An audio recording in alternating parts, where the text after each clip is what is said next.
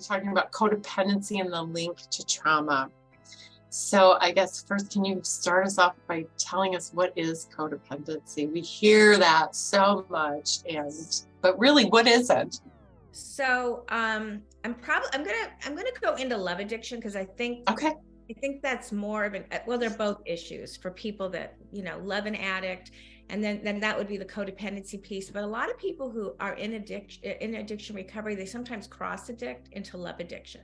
Mm-hmm. So most people that are love addicts are codependents. Codependents don't have to be a love addict. So if you look at codependency is trying to fix. You might be enabling somebody. You're trying to maybe manipulate them to do it the way you want them to do it. You're trying to control them. It is a process addiction. And love addiction is where you may have those codependent traits, but you're really in love with love. And so process addictions are a little different than substance abuse because they're a lifestyle addiction, or you could call it a soft addiction. So when you think of things like exercise or internet or gaming or shopping, those are all mood altering activities, and they actually do the same thing in your brain that substances do, which people don't realize. So for instance, if there was a breakup and that occurred, what'll happen is there'll be withdrawal symptoms. So like in addiction, we always say we're chasing that first high. Well, with love addiction, you're always chasing that first love. Mm-hmm. And so how do you know if you're a love addict? Well, you need someone in your life, or you feel very alone, you feel empty, you feel lost, you need others to feel whole, you look for others for affirmation and validation. It's really this need to connect, which is a healthy need, but it's done in such a way that you can't connect with yourself. And that's where we have to start, right? In recovery, we learn that the connections begins with ourselves. So that's pretty much what love addiction is. In codependency, then how does that tie in? So you say you can have anyone that has love addiction has codependency, but not necessarily codependent. Codependency started as a word for people that were enabling the significant other that was drinking or using. That's kind of where it began. Right. And then it kind of morphed into many other meanings. A loss of oneself. When you grow up and maybe you didn't have parents that were available, maybe they were abusive, maybe you were neglected, you kind of feel invisible. And so you don't have a sense of who you are. So the way codependency begins is you don't even know what you want.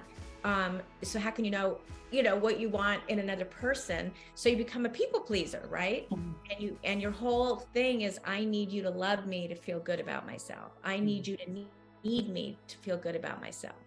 So if, let's say, you're in a relationship with an addict or alcoholic, or you are an addict or alcoholic and you love another, whatever it is, you're trying to fix them, change them. You don't feel like you have any purpose unless you're trying to help that other person, and this is all because you don't even have a sense of self. That is yourself, is this other person. You become so obsessed with trying to heal somebody else, you lose yourself in the process. That's really what codependency is, sense of loss of self. Right. Does that make sense? Yeah, it sure does. A relationship with ourself, right? Exactly. Like, again, if you don't get that early bonding, that early attachment that you need with parents, or if they're not really available, they have their own addictions, maybe they were a single parent, you don't even know who you are because they're not really helping you, get that self-esteem, that the nurturing that you need, the bonding that you need. So then you really are kind of latching onto other people for your sense of self instead of yourself. What does trauma have to do with codependency, and how does it affect being radically authentic? I love that, radically authentic. And authentic's a great word, right? Because if connecting with ourselves, we're becoming an authentic person.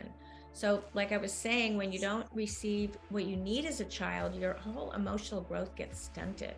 So if you were neglected or abused or had emotionally unavailable parents, or you maybe became parentified where your parents kind of depended on you to meet their needs, this is what happens when you have that early trauma.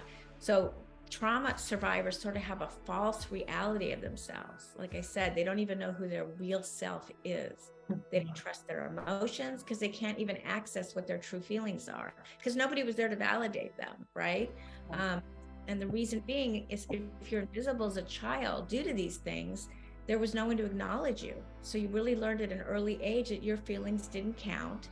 And because of that, you weren't validated, and you learn to be other focused. So, like I was saying earlier about codependency, it's all about you, not me. And so you become other focused. What can I do to help you, heal you?